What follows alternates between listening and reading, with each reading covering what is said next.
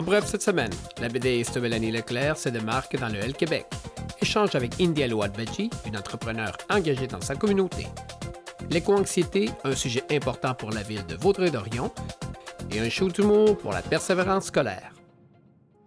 L'autrice Mélanie Leclerc de Saint-Lazare, dont la bande dessinée Temps libre fait l'objet d'une mention dans la dernière parution du magazine Elle Québec, nous a accordé une entrevue pour nous parler de son parcours. Voilà, l'histoire de Temps libre, c'est l'histoire d'une femme qui s'accroche à un rêve, qui est un rêve de cinéma, de devenir cinéaste et qui travaille sur un projet avec une personne qui lui est très proche, qui est atteinte d'Alzheimer, qui était elle-même comédienne. Et c'est l'histoire donc de ce projet-là, de cette femme-là qui s'accroche à ce rêve, mais c'est aussi l'histoire du personnage qui est filmé, la tante Louise qui est atteinte d'Alzheimer, qui, elle, doit aussi faire le deuil de certains rêves. Et c'est aussi des portraits de deux autres femmes, de trois autres personnages. Donc c'est comme une galerie là, de plusieurs personnages secondaires, mais dans le fond qui sont tout aussi importants, qui naviguent à travers le quotidien et puis avec leurs propres rêves. Quand on donne naissance à une œuvre, que ce soit en cinéma, un film, un album, de la musique, peu importe, c'est comme si on avait un bébé, n'est-ce pas? Comment ça va la vie pour Temps libre, votre bébé? Comment il va? La vie d'un livre, une fois qu'on l'a fini puis qu'on l'a donné, on fait juste, dans le fond, on espère. Donc, jusqu'à date, la réception est quand même assez bonne. On espère qu'il va être lu puis bien apprécié. J'avais été bien chanceuse avec Contact, qui avait eu une belle réception puis qui avait été retenu aussi pour différents prix ou différentes reconnaissances. Donc, je suis contente pour ça aussi. Et puis, Temps libre est peut-être un récit qui est plus intime. Fait que, je sais pas si ça touche autant les gens. Ça a été beaucoup d'investissement. Fait que le bébé est grandi en quelque part hors de moi, mais j'en ai comme pas le contrôle. Fait que... Vous avez fait le L Québec et d'autres articles aussi dans Le Soleil, la presse que j'ai vu aussi qui ont circulé. Direz-vous que c'est une bonne effet d'avoir des articles comme ça? Est-ce qu'on sent les retombées ou plus ou moins? Concrètement, pour les retombées, il faudrait peut-être parler à la maison d'édition. Je ne sais pas à quel point ça a des conséquences directes.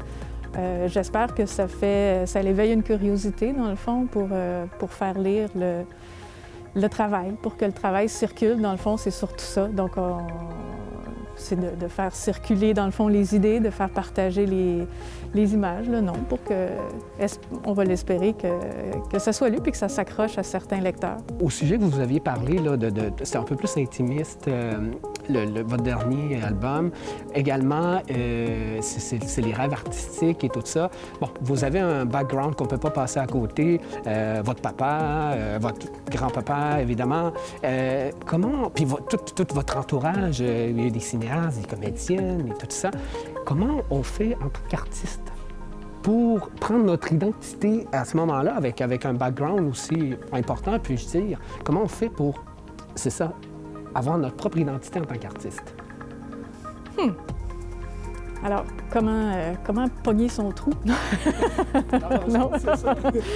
Non, je sais pas. C'est un peu intimidant de comment trouver sa place dans l'ombre, finalement, de grands personnages qui ont été beaucoup aimés, surtout au niveau de Félix. Et puis Martin aussi, qui a été bien reconnu pour son travail de l'image, du documentaire, puis en photo aussi.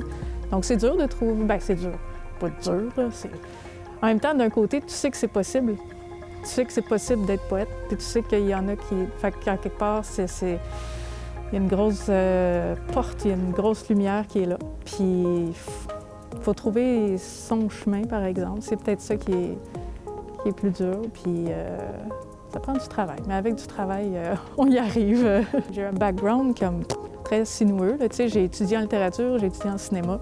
J'ai un peu d'expérience en cinéma, mais j'ai pas travaillé tant que ça. J'ai bifurqué beaucoup. Puis tout ce qui est le dessin, ça a été beaucoup plus en autodidacte que ça s'est fait. Puis par plein de belles rencontres là, qui ont aidé au chemin. Donc, comment ça se fait? Ça commence dans le fond, j'essaie de me fier à ce que j'aime, puis d'essayer de commencer avec une idée de base qui est de dire, OK, de quoi j'aimerais parler. Même si des fois c'est très abstrait, quel genre de questions que j'aimerais aborder. Puis à partir de là, essayer de construire en quelque part le château ou la petite maison. Et puis, c'est un petit peu ce que je veux faire avec... il y a une série de rencontres pour le prochain projet. On essaie d'organiser avec les différentes bibliothèques dans le coin de Vaudreuil-Soulanges des rencontres qui vont se passer tout au long de l'écriture, de la création de mon prochain album. Je viens d'un background où j'ai fait beaucoup de médiation culturelle. J'aime beaucoup ça. J'aime les rencontres que ça provoque, autant en tant que participante qu'en tant qu'animatrice. Et puis, je voulais essayer de mêler à la fois ça et la BD. Donc, ça m'intéresse le parcours des auteurs. La bourse qui a été reçue, c'est pour ce projet-là, qui est à la fois un projet d'écriture, de création, et aussi qui jumelle aussi la partie avec le public, avec la médiation. Donc, c'est le même projet qui va me permettre d'aller dans les bibliothèques, d'aller rencontrer des lecteurs, idéalement, puis d'échanger avec eux, puis en même temps d'avoir ma bulle où ce que j'écris, et puis je me consacre à cette prochaine histoire-là. Effectivement. Bien, merci énormément, Mélanie Leclerc. On va être à l'affût du prochain roman, du prochain album, puis bien, à la prochaine entrevue, alors.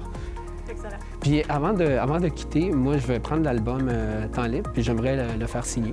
Ah oui, parfait.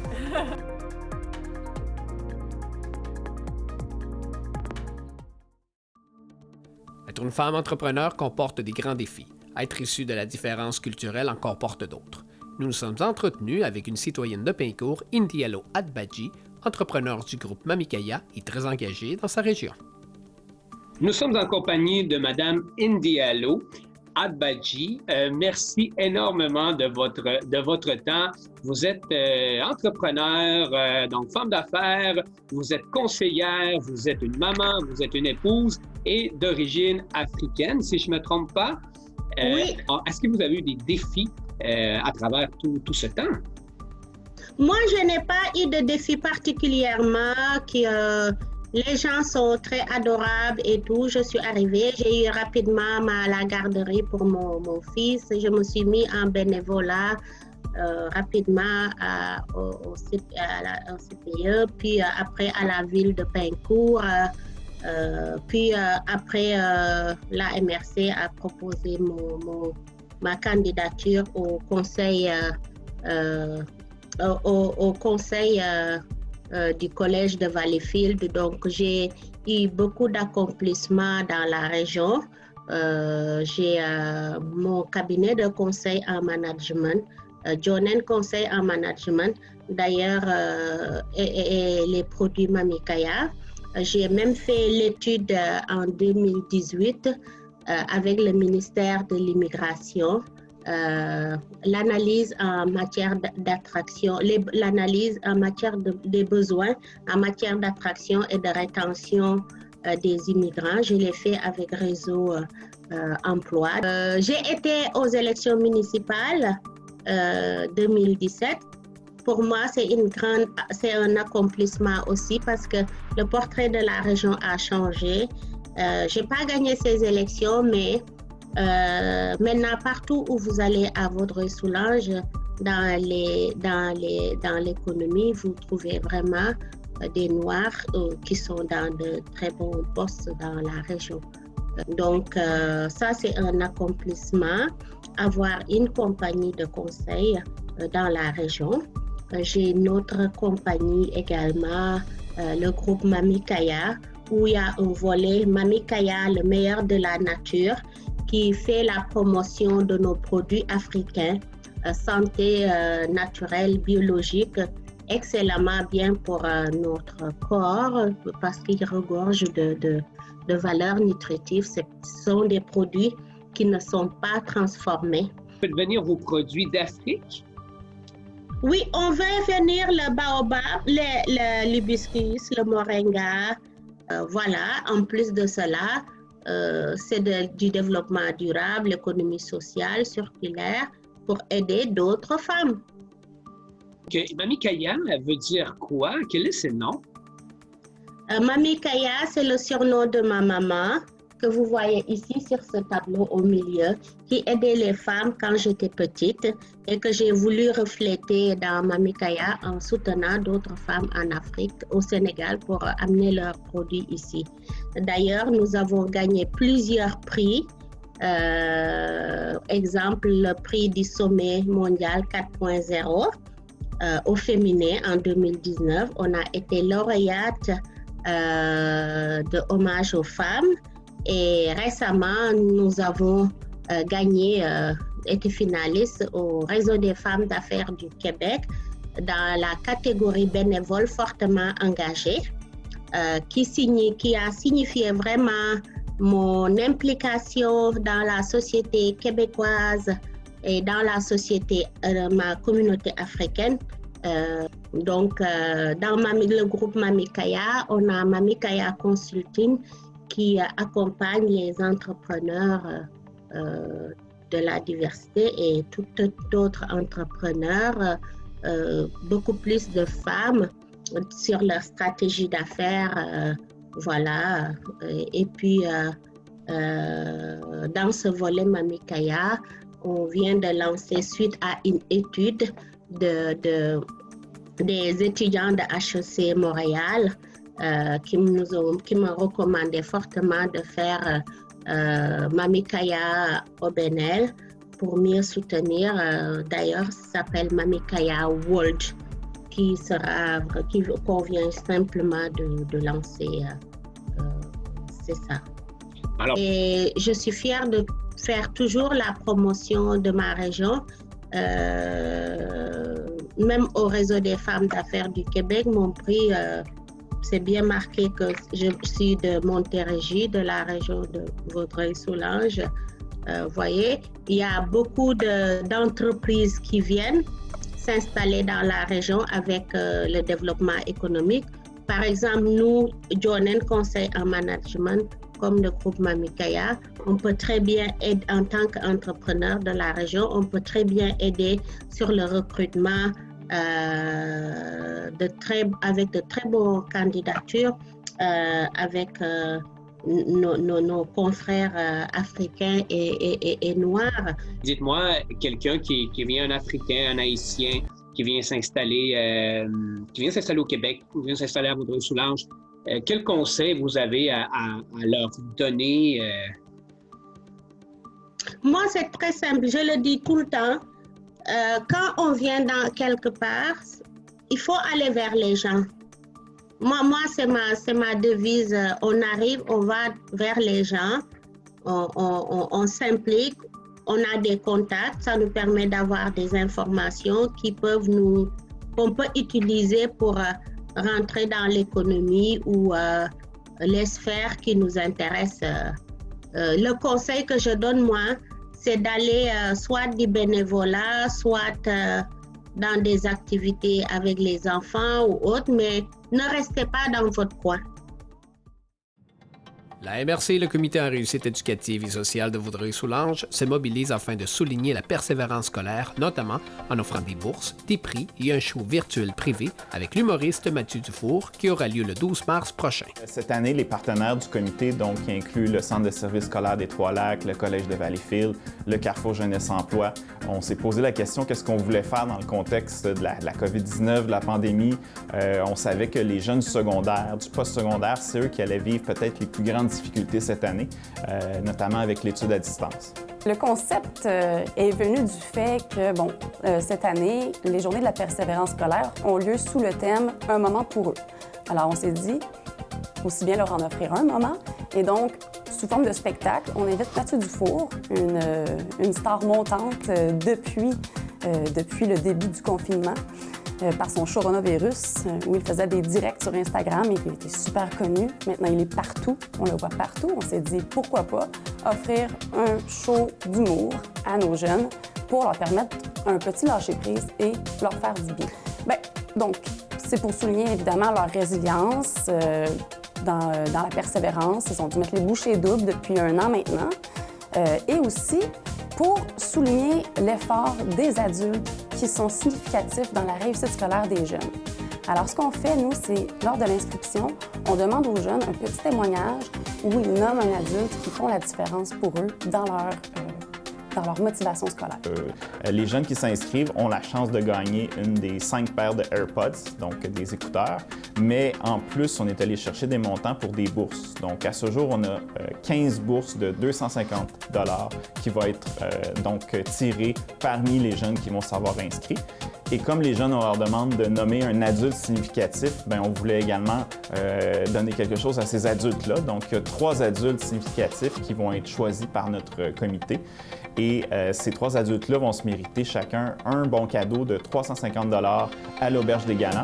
Et l'Auberge des Galants, qui est aussi un partenaire, a ajouté une boîte cabane à sucre pour 4 personnes également pour ces 3 adultes significatifs. Donc, les partenaires du projet sont les membres du comité en réussite éducative de la MRC. Donc, moi, je suis là, je représente les 23 municipalités de Vaudreuil-Soulanges.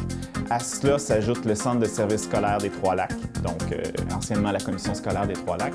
Le Collège de Valleyfield est là, on a le Centre local d'emploi, le Carrefour Jeunesse Emploi, donc on est des partenaires réguliers. Et lorsqu'on a développé l'idée d'avoir un concours, on voulait avoir des prix. Donc à ça s'est ajouté Desjardins Vaudreuil-Soulanges, donc qui nous remet plus de 2000 $ en prix. Et on a également aussi les 4 députés, donc les 2 députés fédéraux, les 2 députés provinciaux qui se sont ajoutés comme partenaires au projet.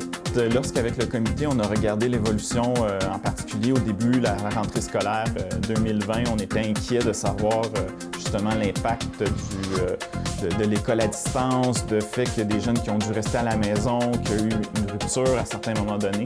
Donc, les chiffres qui sont sortis, c'est qu'on s'imaginait que pour le secondaire, si je prends cet exemple-là, qu'en général, il y a 15 % d'échecs à ce moment-ci de l'année. Et les chiffres qui sont sortis dans les dernières semaines nous disaient qu'on était à 20 %, 25 % d'échecs potentiellement. Donc, on va le savoir à la fin de l'année, le taux de réussite réel, mais il y a des raisons de craindre que, évidemment, ça va affecter la réussite des jeunes et que c'est pour ça qu'on veut souligner leur résilience. On sait que ça va être une année plus difficile, mais malgré tout, l'opportunité des Journées de la persévérance scolaire, c'est de souligner leurs efforts dans cette année un peu particulière. C'est le 1er mars dernier, lors de la séance du conseil municipal, que la ville de Vaudreuil-Dorion a entamé officiellement le processus d'acquisition du club de golf Harwood. Situé sur la route Harwood, à mi-chemin entre le chemin d'Aoust et la côte Saint-Charles, cette acquisition permettrait de persévérer un vaste espace vert. Il offrira plusieurs possibilités aux citoyens en termes d'activités de plein air et de loisirs. C'est l'achat du golf Harwood qui est situé sur la 342 et la ville l'achète pour en faire un espace vert qui va permettre aux citoyens d'aller soit faire du ski, en tous les cas, c'est pas encore organisé, mais c'est ce qu'on fait. On a acheté le golf Harwood. Et en plus du terrain, on ajoute aussi le clubhouse. Le bâtiment. Sûrement tout vient avec. Parfait. Ça fait longtemps qu'on en parle d'avoir des grands espaces, puis plusieurs de nos citoyens vont ailleurs. On verra ce qu'on fait avec une permission de chien ou pas, ou quoi que ce soit, là. Mais on voulait mettre la main sur... on voulait la mettre. Suite à certaines discussions, c'était très difficile de développer autrement. Donc, on a discuté et on en fait l'acquisition. Donc, on est bien fiers de protéger cette aire-là qui est un peu éloignée, mais très bien pour les gens qui veulent. Le 24 février dernier, la ville de Vaudreuil-Dorion a organisé dans le cadre des éco-découvertes une vidéoconférence sur l'éco-anxiété. Il a été question notamment du juste équilibre entre prendre soin de soi et prendre soin de la planète. C'est sur la télé s'est entretenu avec Karine Saint-Jean, psychologue et animatrice de l'événement, ainsi que Judith Larguy-Nadeau, environ-conseillère pour la ville de Vaudreuil-Dorion. Quelles ont été les motivations qui ont amené donc l'organisation de cet événement? Donc, en fait, ce qu'il faut comprendre, premièrement, c'est que la ville organise plusieurs conférences. Donc, en fait, avec l'aide du comité environnement, qui est un comité citoyen, on organise des conférences qui s'appellent les éco-découvertes, qui sont à thème environnemental. Et donc, cette année, on en a vraiment beaucoup. On en a 11 qu'on offre pendant l'année. Donc, le thème de l'éco-anxiété, la raison qu'on a choisi, c'est qu'on remarque que c'est quelque chose qui devient de plus en plus commun chez les gens. L'éco-anxiété, en fait, c'est... Dans la définition très stricte du terme, là, c'est la peur chronique d'un désastre environnemental, mais c'est beaucoup plus large que ça, je pense, dans les faits. C'est tout ce qui peut émerger comme émotion, comme peur, comme tristesse, impuissance, colère. même parfois de l'indifférence, là. Autant qu'on a parfois l'impression de faire notre petit bout de chemin en faisant du recyclage, en faisant du compost et toutes ces petites actions, ce qui est très bien, on a l'impression que ça nous dépasse, que c'est beaucoup, beaucoup plus gros que nous, que ça rejoint nos grands chefs d'État, que ça rejoint le monde entier finalement et l'espace. Et si je comprends bien, c'est un peu une crise existentielle que l'on commence à vivre et cette crise existentielle peut amener à l'anxiété. Oui, en fait, il y a des gens qui vont vivre ça vraiment comme une crise existentielle parce qu'en fait, les changements climatiques, l'urgence climatique menacent en quelque sorte notre maison, notre planète. Ceci étant dit, pour d'autres personnes, ça a moins cette saveur existentielle, ou même l'existence même de l'humain est menacée. L'humain et la biodiversité, mais ça va prendre plus la forme d'une crainte qu'il y a quelque chose de grave qui nous pend au bout du nez. Donc, parfois, ça va être de la colère. Donc, ça va être moins dans le sens de l'existence, mais dans tout ce qui émerge quand on contemple, en effet, ce problème-là qui est très large, qui est beaucoup plus grand que nous. Puis des fois, toute l'impuissance aussi de dire, mais comment je fais pour avoir un impact sur ce problème-là qui est là? J'ai lu à quelque part que c'était souvent les plus jeunes qui étaient atteints de cette anxiété-là. Est-ce que vous voyez ça, que c'est les plus jeunes ou non, pas nécessairement? En fait, oui, il y a une forte propension à ce que les plus jeunes, donc les moins de 35 ans, vivent de l'éco-anxiété. On peut voir ça même chez les tout-petits.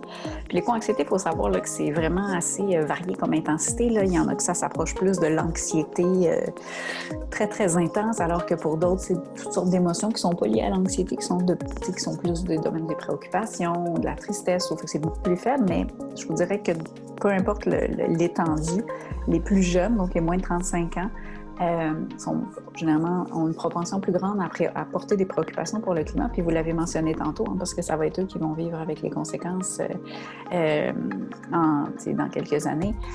D'autre part, les grands-parents, il y a une étude de 1.5 qui a été faite en collaboration avec l'Université Laval qui nommait que les grands-parents avaient une propension à être très préoccupés par l'environnement.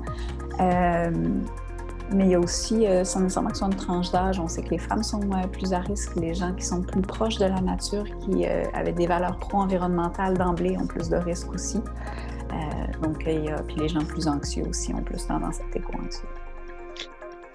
Qu'est-ce qu'on peut faire pour contrer cette anxiété-là? Comment on peut la contrer? En fait, il y a toutes sortes de moyens. Le premier, c'est vraiment d'aller se renseigner. Donc, vous parliez tantôt des extraterrestres, puis évidemment, on a peut-être beaucoup moins d'informations là-dessus. Ceci étant dit, pour les changements climatiques, il y en a. Il y a la science, il y a beaucoup de science à l'appui des différentes prédictions qui sont faites. Puis parce que c'est assez complexe, on peut un peu s'y perdre, là, donc d'aller chercher vraiment de l'information de sources diversifiées, de sources scientifiques, ça nous aide à comprendre un peu mieux ce qui se passe. Puis des fois, dans cette compréhension-là, il y a des pistes d'action qui vont se dessiner. Pour gérer l'éco-anxiété, donc toutes les émotions qui peuvent monter face à la crise climatique, il y a vraiment deux grandes pistes d'action. La première, c'est de s'investir dans des actions qui nous permettent de régler le problème ou de contribuer à régler le problème.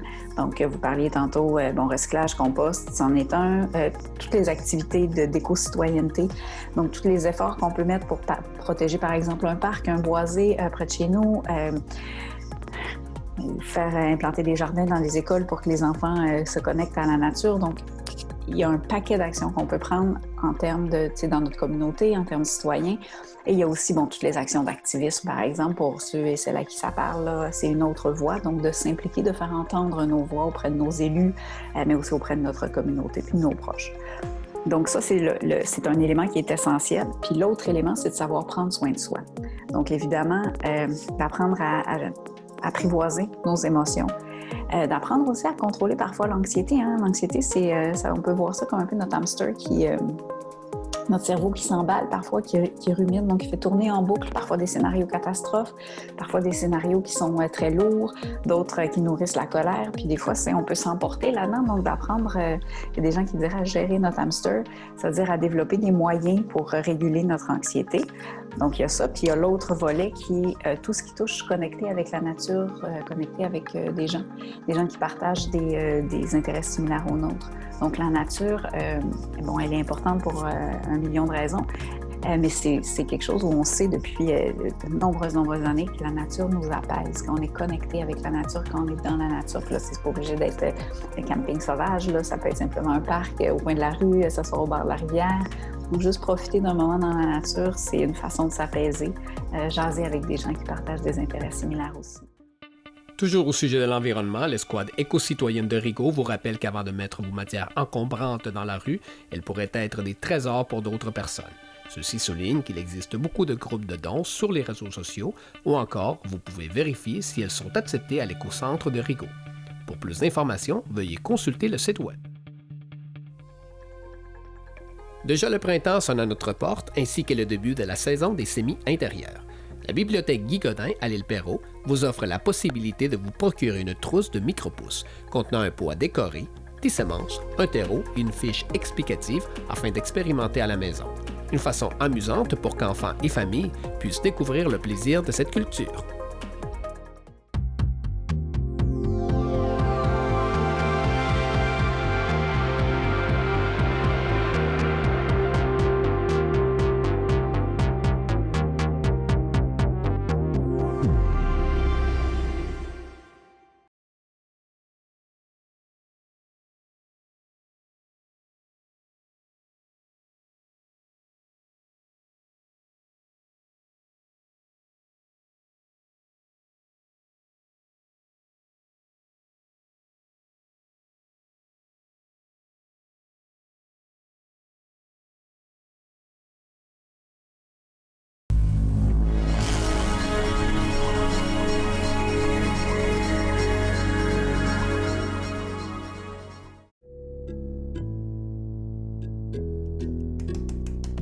Saviez-vous que des solutions sont disponibles pour faciliter votre magasinage local sur achatlocalvs.com?